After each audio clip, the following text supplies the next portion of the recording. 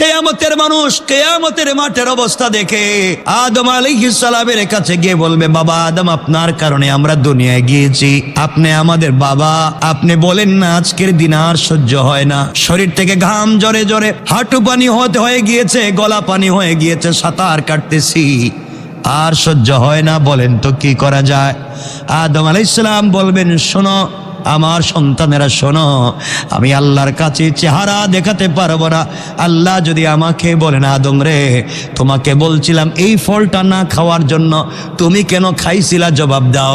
এই জন্য আল্লাহর আদালতে আমি গেলে ধরায় পড়ে যাব, সুতরাং তোমাদের ব্যাপারে আজও আমি কোনো কথা বলতে পারবো না।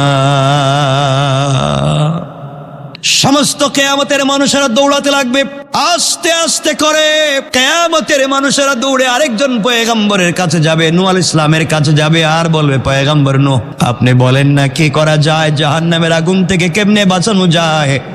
কিয়ামতের মাঠের এই কষ্ট সহ্য হয় না। তিনি বলবেন, আমার দিয়ে কিছু হবে না, শুধু রব্বি নফসি রব্বি নফসি, আল্লাহ আমি কাউকে চিনি না, আমাকে বাঁচাও, আজ আমি কাউকে চিনি না, আমাকে বাঁচাও। কিয়ামতের মাঠের মানুষেরা দেখবে পয়গম্বর পর্যন্ত কথা বলতে চায় না, একজন একজন করে ইব্রাহিমের কাছে যাবেন, ইব্রাহিম বলবেন আমাকে দিয়ে হবে না, মুসার কাছে যাবেন, আমাকে দিয়ে হবে না, ইউসুফের কাছে যাবেন, আমাকে দিয়ে হবে না, ইয়াকুবের কাছে যাবেন, আমাকে দিয়ে হবে না, সবাই মিলে ঈসা আলাইহিস সালামের কাছে যাবেন, আর বলবেন, আল্লাহ আপনাকে ভালোবেসেছেন, আপনাকে রূহুল্লাহ উপাধি দিয়েছেন, জন্মের পরে আপনার জবান দিয়ে কথা বলিয়েছেন, আপনার মাকে বাইতুল মুকাদ্দাসের খাদেমা বানিয়েছেন, আপনি একটু আল্লাহর সঙ্গে কথা বলেন, আজকের এই বিপদ থেকে বাঁচান। ঈসা আলাইহিস সালাম বলবেন, বেয়াদবি মাফ করবা, কিয়ামতের মানুষ আমাকে দিয়ে হবে না, আমার ইন্তেকালের পরে আমার জাতিরা আমাকে দুনিয়ার জমিনে বেঁচে থাকতেও আল্লাহর পুত্র বানাইছে, আমার মাকে আল্লাহর স্ত্রী বানাইছে, আমার ইন্তেকালের পরে তারা আমাকেও গালি দিয়েছে, নবীদেরকে গালি দিয়েছে, সুতরাং এই মুহূর্তে আমি আল্লাহর সামনে এই চেহারা নিয়ে যেতে পারবো না। কিন্তু তোমাদেরকে একটা পরামর্শ দিতে পারি, কিয়ামতের মানুষেরা শোনো, আদম থেকে নিয়ে আমি পর্যন্ত লক্ষাধিক আম্বিয়া কেরামের কাছে তোমরা গিয়েছো, কেউ তোমাদের কিছুই করতে পারবে না। আমরা সবাই মিলে আজকে যদি চিৎকার করে কান্না করি, কাজ হবে না রে। একমাত্র কেবলমাত্র আল্লাহর রাগকে যদি কমাতে হয়, আল্লাহকে যদি সন্তুষ্ট করাতে হয়, আজকের দিনে যদি আল্লাহর রাগ কমে গিয়ে কিয়ামতের মাঠে বিচার কার্য শুরু করতে হয়, কারোকে দিয়ে হবে না, একমাত্র তার বন্ধু হাবিব রাসূল পাক সাল্লাল্লাহু আলাইহি ওয়াসাল্লাম পড়ে আছে, সেই রাসূলের কাছে যাও, কলিজার টুকরা রাসূলকে গিয়ে ডাক দিয়া বলবা, পয়গম্বরে আরবি, অনেকের কাছে গিয়েছি, অনেক নবী রাসূলের কাছে গিয়েছি, কেউ আমাদেরকে পথ দেখাইয়া দেয় না, কার কাছে যাব? কত মানুষের কাছে গেলাম, সবাই তো রব্বি নফসি, সবাই তো নিজেকে বাঁচাও, এখন আপনার কাছে এসেছি, বলেন না আপনি আমাদের জন্য কিছু করেন। আমার নবীজি বলবেন, বুঝতে পেরেছি। মাকামে মাহমুদের সাজদায় পড়ে যাবেন, আর আল্লাহকে বলবেন, আল্লাহ আমি তোমার হাবিব, যাকে দুনিয়া থেকে সরাসরি তুমি আরশে আজিম পর্যন্ত এনেছো, বলো তুমি আমার কথা রাখবা কিনা? কিয়ামতের ময়দানে মানুষের কষ্ট হয়, আল্লাহ তাআলা বিচার কার্য শুরু করো। আল্লাহ বলবেন, ও পয়গম্বরে আরবি, আপনার কথা শুনে আমি বিচার শুরু করতে চাই, কিন্তু আমি যদি বিচার শুরু করি, একটা মানুষও জান্নাতে যাবে না, একটা মানুষও জান্নাতে যাবে না, সবগুলা জাহান্নামে চলে যাবে। এই জন্য আমি আল্লাহ বিচার কার্য শুরু করতে চাই না। পয়গম্বরে আরবি বলবেন, আল্লাহ তাআলা আমি কোনো কথা শুনতে চাই না, আপনি যদি বিচার কার্য শুরু করতে না চান, আমি মুহাম্মদ কথা দিলাম সেজদার থেকে মাথা উঠাবো না। আল্লাহু আকবার বলেন।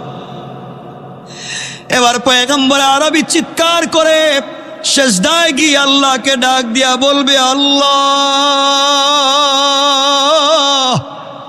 এই দুনিয়ার জমিনে কষ্ট করেছি, জীবনে বাবা বলে ডাকবার সুযোগ পাই নাই, মাকেও বেশি দিন পাই নাই। তুমি না আমাকে বলেছ পৃথিবীতে কেউ না থাকলে তুমি আছো। আয় আল্লাহ তাআলা, আজকের দিনের মানুষের কষ্ট আমার সহ্য হয় না। তুমি না আমাকে দরদি নবী বানাইয়া পাঠাইছ। বলো না এই মুহূর্তে তুমি কিয়ামতের মাঠে বিচার শুরু করো। আল্লাহ বলবেন, বন্ধুরে কথা দিলাম বিচার শুরু করব, এখন তুমি মাথা উঠাও। আল্লাহ রসুল মাথা উঠাবেন। এবার আল্লাহ বলবেন, শোনো বন্ধু আমার, আমি বিচার কার্য শুরু করতে চাই, কিন্তু একজন মানুষ কি আছে কিয়ামতের মাঠে? একজন মানুষ কি আছে হিসাব ছাড়া জান্নাতে যেতে পারবে? যার আমলনামা বের করব, সে তো আর জান্নাতে যেতে পারবে না। বলো তো এই মুহূর্তে কি করা যায়? ও বন্ধু, আমি কেমনে বিচার করি? বিচার কার্য শুরু করতে গেলেই তো একটা মানুষও জান্নাতে যাবে না। আর জান্নাতে যদি না যায় আমি কেন বিচার কার্য করব? এই জন্য করি না। নবীজি বলছেন, আল্লাহ তাআলা আপনাকে কথা দিলাম, আমার কাছে এমন আমল নামা আছে যে আমল নামায় আপনি কলম ধরতে পারবেন না। আল্লাহু আকবার। আয় আল্লাহ তাআলা, আপনি বলছেন একটা মানুষ জান্নাতে যাবে না, আর আমি বলছি এমন আমল নামা আছে আপনার কাছে পেশ করব যে আমল নামায় আপনি কলম ধরতে পারবেন না। আমি বিশ্বাস করি। আল্লাহ বললেন, শোনো, এমন যদি কারো আমল নামা পেয়ে যাই, আমি কথা দিলাম বিচার কার্য করব, ইনসাফের সাথে করব এবং জান্নাতি বলে ওয়াদা দিয়ে দেব। আল্লাহ বসে যাবেন বিচার কার্য শুরু করার জন্য। আল্লাহ রসুলের কাছে বলবেন, দেন একজন মানুষের আমল নামা দেন। আল্লাহ রসুল আমল নামা খুঁজতে থাকবেন, খুঁজে খুঁজে একজনের আমল নামা দিবেন ছেঁড়া কাগজ। এই যে দিলাম আল্লাহ, এগুলা দেখেন। আল্লাহ তাআলা এক এক করে পৃষ্ঠা উল্টাবেন, শুরু থেকে শেষ পর্যন্ত উল্টাবেন। কোনো জায়গায় কলম ধরবার জায়গা নাই, গুনার কোনো জিনিস নাই। আল্লাহ বলবেন, পয়গম্বর আরবি, কার আমলনামা দিয়েছ? এটা কার? এই আমলনামা কার? নবীজি বলবেন, আল্লাহ, এটা কোনো পয়গম্বরের না, এটা কোনো নবী রাসূলের না, এটা হলো আমার কলিজার টুকরা পাগল আবু বকরের আমলনামা। আমার আবু বকরের আমলনামা তোমাকে দিয়েছি। আয় আল্লাহ, এটা আমার আবু বকর, আমার আবু বকরের আমলনামা দিয়েছি। বলো, তুমি যদি আমার উম্মতের আবু বকরের আমলনামার মধ্যে কিছু না পাও, আমার বিশ্বাস আমার উম্মতদের ভিতরে এমন হাজার কোটি কোটি কোটি কোটি আমলনামা কিয়ামতের আগ পর্যন্ত যারা ছিল পেয়ে যাইবা। আল্লাহ বলছেন, বন্ধুরে, হিসাব করব, বিচার করব, কিন্তু যদি আমি কম বেশ পাই জাহান্নামে দিব। আল্লাহর রাসূল বলছেন, আমার আপত্তি নাই, দিতে পারেন, আমার আপত্তি নাই। আল্লাহ বললেন, বিচার শুরু করব। এই নেন আপনি চেয়ার, জান্নাত থেকে চেয়ার এনেছি, আপনি চেয়ারে বসেন। এই যে আপনার পোশাক পরেন। আমার নবীজি বলবেন, আল্লাহ, যারা দুনিয়ার জমিনে আমাকে ভালোবেসেছে আজকে তাদের বিচার হবে, আমি চেয়ারে বসে থাকব। আমার কোন উম্মতকে আপনার ফেরেশতারা যদি না চিনে জাহান্নামে নিয়ে যা, আমার কোন উম্মতকে যদি জাহান্নামে নিয়ে যায়, আমি এখানে বসে থাকবো। আল্লাহ কি জবাব দেব? এই বলে আমার নবীজি একবার দৌড় দিবেন হাউজে কাউসারের পানির কাছে, আর গিয়ে বলবেন, আবু বকর, ও ওমর, আমার যে উম্মত আসবে তাদেরকে পানি পান করাও। আবার নবীজি দৌড় দিবেন মিজানের কাছে। কোন উম্মতের মিজানের পাল্লা আস্তে করে নেকির পাল্লা হালকা হয়ে গিয়েছে, নবীজি গিয়ে দেখবেন অনেক উম্মতের নেকির পাল্লা হালকা, গুনার পাল্লা ভারী হয়ে গিয়েছে। ডাক দিয়ে বলবেন, উম্মত রে, তোমার আমলনামায় কি কোনো দুরূদ শরীফ নাই? কি কোনোদিন আমার উপরে দুরূদ শরীফ পড়ো নাই? কোনদিনকে সাল্লাল্লাহু আলাইহি ওয়াসাল্লাম এমন ছোট দুরূদ পড়েছ উম্মত বলবে পয়গম্বর পড়েছি মনে নাই? আমার নবীজি তার নাম ঠিকানা নিয়া আল্লাহর কাছে বলবেন, আল্লাহ তাআলা বলেন তো কিয়ামতের মাঠের কোন জায়গায় আমার উম্মতের আমল নামা রেখেছে? কোন জায়গায় আমার উম্মতের আমার উপরে যারা দুরূদ প্রেরণ করেছে দুরূদ গুলাকে কোথায় রেখে দিয়েছেন? আল্লাহ দেখায় দিবেন, এদিকে তোমার উম্মতের দুরূদ গুলাকে জমা করে রেখে দিয়েছি। নবীজি নাম ঠিকানা নিয়ে যাবেন, এই নাম ঠিকানা যতটুকু দুরূদ পাওয়া যায় কান্দে করে নিয়ে এসে আমল নামা এসে মিজানের পাল্লা এনে বলবেন, আল্লাহ পেয়ে গেছি, আমার উম্মতকে আর জাহান্নামে দিতে পারবা না। তোমাকে আমাকে বাঁচাবার জন্য যেই রাসূল এত কষ্ট করবেন, যেই রাসূল এত চিন্তা করবেন, কেমনে তুমি আমি সেই রাসূলকে বলে যাই? কিয়ামতের দিন আল্লাহ বলছেন পয়গম্বরে আরবি আপনাকেও সাক্ষী বানাবো। ওই দিন নবীজি যদি দাঁড়াইয়া বলেন তোমাকে আমাকে চিনেন না, এর চাইতে অপমানের আর কিছু হতে পারে না। নবীজি যদি বলেন এদেরকে আমি চিনি না, জাহান্নাম থেকে কেউ বাঁচাতে পারবে না। এই জন্য আজকের আলোচনার মূল বিষয় হবে, আর যাই করি নবীজি আমাদেরকে চিনেন এমন আমল করে কবরে যেতে চাই কোন ইনশাআল্লাহ। কিচ্ছু চাই না, শুধুমাত্র অল্প অল্প করে দুরূদ শরীফ দুরূদ পড়ে যাইয়েন, দুরূদগুলাকে সাথে রাখেন, মরলে বাঁচবেন। এই যে আমাদের রাসূল দুরূদটা পড়ে যান, দেখবেন তো কিয়ামতের দিন কি উপকার হয়। এই জন্য সুযোগ পাইলে পড়বেন তো ইনশাআল্লাহ, সুযোগ পাইলে দুরূদ পড়বেন, আল্লাহ তাআলা আমাদেরকে কবুল করবেন, বলেন আমিন। দুরূদের অনেক অনেক অনেক দাম, দুরূদের অনেক দাম। নবীজি সাল্লাল্লাহু আলাইহি ওয়াসাল্লামকে আল্লাহ হাদিসে কুদসিতে বলেছেন, কেউ যদি রাসূলের উপরে একবার, কয়বার? মাত্র একবার দুরূদ শরীফ পড়ে, একবার সাল্লাল্লাহু আলাইহি ওয়াসাল্লাম, এই একটা কথা বলছি, আল্লাহ বলছেন আমি তার উপরে 10 বার রহমত দেই। এখন একটা লোক যদি প্রতিদিন 10 বার পড়ে 100 বার, প্রতিদিন 100টা রহমত পাচ্ছেন। সুবহানাল্লাহ বললেন না? আপনি কি চান? এই জন্য আমার মুসলমান বন্ধুগণ মনে রাখবেন, এই দুনিয়ার জমিনে যদি সহজে জান্নাতে যেতে হয়, কাজ করেন যাই করেন নবীজির উপরে দুরূদ পড়বেন। আল্লাহ তাআলা দুনিয়ার জমিনে আমাদেরকে প্রেরণ করে দিয়েছেন, আমরা যে আমল করেই জান্নাতে যেতে পারবো এর কোনো গ্যারান্টি নাই, আমাদের ভুলের কোনো শেষ নাই। নবীজিকে আল্লাহ জানাইয়া দিয়েছেন, বন্ধুরে এই দুনিয়ার জমিনে যাদের আমল নামার ভিতরে দুরূদ শরীফের সংখ্যা বেশি পাবো, আপনার ভালোবাসার সংখ্যা বেশি পাবো, কারণ যারা তোমাকে ভালোবাসে তারা আমাকে ভালোবাসে। আপনার ভালোবাসা, আপনার উপরে দুরূদ যারা বেশি করে পড়বে, আপনাকে যারা ভালোবাসবে, কিয়ামতের দিনে আমি তাদের আমল নামা না দেখে জান্নাতের ফয়সালা করে দিতে চাই। এই জন্য মুসলমানেরা মনে রাখবেন, দুনিয়ার জমিনে কিয়ামতের দিনে কেউ আমাদের সাথে থাকবে না। দুনিয়ার জমিন থেকে বিদায় নিয়ে কিয়ামতের ময়দানে কাউকে পাওয়া যাবে না। ওই দিন সবাই যখন রব্বি নফসি বলে কাঁদবে, ওই দিন আমার নবীজি সিজদায় পড়ে শুধু বলবেন রব্বি উম্মতি উম্মতি। আমার নবীজি কিয়ামতের মাঠে জিবরিল আমিনকে আল্লাহ পাঠাবেন, যাও জিবরাইল, কিয়ামতের মাঠ কায়েম হয়ে গিয়েছে, আমার রাসূলকে তুমি রওজা মুবারক থেকে উঠে নিয়ে আসো। জিবরাইল আসবে, আল্লাহর রাসূলকে ডাক দিবেন, এসে দেখবে নবীজি রওজায় শুয়ে শুয়ে উম্মতি উম্মতি বলে কাঁদতেছে।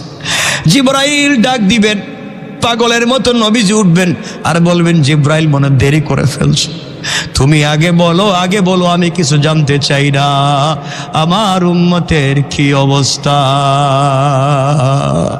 আগে বলো কিয়ামতের মাঠে আমার উম্মতের কি অবস্থা। ও জিবরাইল, আমি ফাতেমার খবর জানতে চাই না, আলী হাসান হুসাইনের খবর জানতে চাই না, আগে বলো দুনিয়ার জমিনে যারা আমার উম্মত ছিল গুনাহগার উম্মতের কি অবস্থা। জিবরাইল বলবেন আল্লাহ তাআলা পয়গম্বরে আরবি একমাত্র প্রথমে আল্লাহ আপনাকে উঠাইছেন, এখনো কাউকে উঠান নাই। আপনি টেনশন করবেন না, একজনকেও এখন পর্যন্ত জাহান্নামে দেওয়া হয় নাই। নবীজি বলবেন বিশ্বাস করি না, তোমরা আমার জাহান্নামের কাছে নিয়ে যাও। আল্লাহু আকবার। আমি দেখবো আমার একটা উম্মতকে কি তোমরা জাহান্নামে দিয়েছো, আমি দেখতে চাই। যেই নবী তোমার আমার জন্য কিয়ামতের ময়দানে এমন পাগল হয়ে যাবে, এই নবীর জন্য দুনিয়ায় আমাদের দুরূদ পড়ার দরকার আছে না? না, শুধু এতটুকুন, সে নবীর জন্য কিছু করেন, নিজের জন্য কিছু করেন, দুনিয়ায় উপকার হবে, আখিরাতে উপকার হবে। খুব বেশি লম্বা চওড়া বলতে চাই না, এজন্য আল্লাহর ওয়াস্তে আপনাদের কাছে যে কথা আমি বলতে চাইতেছি, জীবনকে পরিবর্তন করতে হলে আমাদেরকে মোটামুটি কম বেশ 40টা কাজের ভিতরে চলে আসতে হবে। জীবনকে যদি পরিবর্তন করতে হয়, জীবনকে যদি রাঙাতে হয়, জীবনকে যদি জান্নাতি বানাতে হয়, জীবনকে যদি হাউজে কাউসারের জন্য তৈরি করতে হয়, জীবনকে যদি রাসূল পাকের সঙ্গে জান্নাতে যেতে হয়, এমনভাবে যদি নিজেকে তৈরি করতে হয়, কমপক্ষে 40টা কাজের সঙ্গে আপনাকে আমাকে জড়িয়ে নিতে হবে। এই 40টা কাজের সঙ্গে যদি আপনাকে আমাকে জড়িয়ে নিতে পারি, এটা বিশ্বাস রাখবেন যে আর সবাই ভুলে গেলেও নিশ্চয় রাসূল আমাকে কিয়ামতের দিন ভুলবেন না। সুবহানাল্লাহ বললেন না? এই 40টা কাজগুলোকে আমি সংক্ষেপ করে করে আপনাদের কাছে বলে দিতে চাই। জীবন পরিবর্তনের জন্য আপনাদেরকে 40টা বলতে গেলে তো অনেক সময় লাগবে, আমি 20টা বলি। কয়টা? এই 20টা কাজ 40 দিন করবেন, পারবেননি?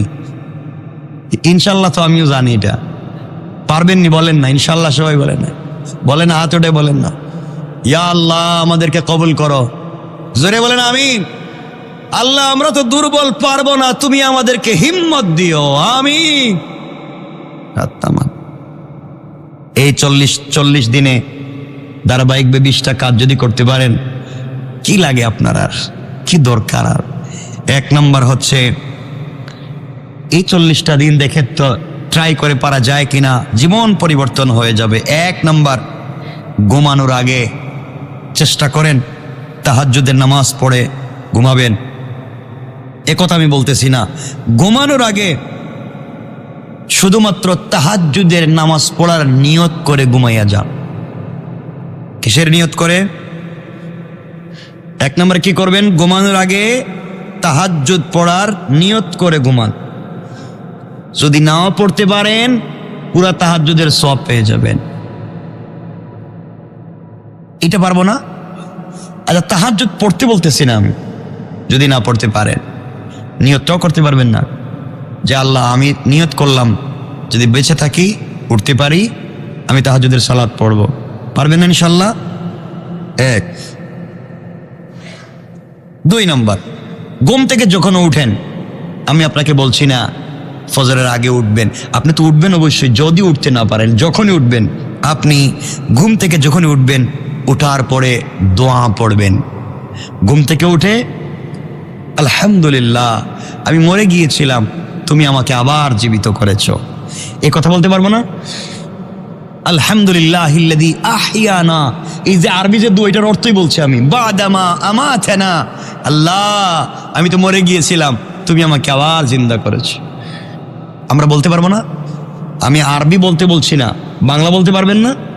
আচ্ছা, পাশাপাশি মেসওয়াক করবেন। রাসূল পাক বলছেন যারা মেসওয়াক করে তারা আমার সঙ্গে জান্নাতে যাবে। তাহলে তাহাজ্জুদের নামাজ পড়ার নিয়ত করে ঘুমিয়ে যাওয়া, ঘুম থেকে উঠে দোয়া পড়া, মেসওয়াক করা, এটা বড় কোনো কাম, বাড়ি কোনো কাজ? আচ্ছা। 3 নম্বরে ওযু করার পরে কালিমায়ে শাহাদাত পাঠ করা। আমরা পড়ি না অনেকেই, খুব কঠিন কাজ। আপনি শুধুই ধারাবাহিক দেখবেন এই 20টা কাজ আমার ভিতরে আসেনি, এভাবে 40 দিন চালাইয়া আমার সাথে কথা বলবেন। 3 নম্বরে ওযু করার পরে কালিমায়ে শাহাদাত পাঠ করা।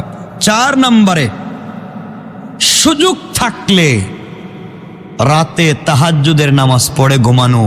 আমি বলছি না রাতে 3টার সময় উঠে পড়বেন, আমি বলছি এশার পরেও পড়তে পারেন। ট্রাই শুরু করেন, আপনি এশার পরে 4 রাকাত এক্সট্রা পড়ে ফেলেন তাহাজ্জুদের নিয়ত করে, পারবেন ইনশাল্লাহ। আচ্ছা, 5 নম্বরে, কখনো কখনো যদি আমাদের উপরে গোসল ফরজ হয়ে যায় তাহলে ফজরের আগে আগে নিজেকে পরিষ্কার করে ফেলা। মনে রাখবে তো?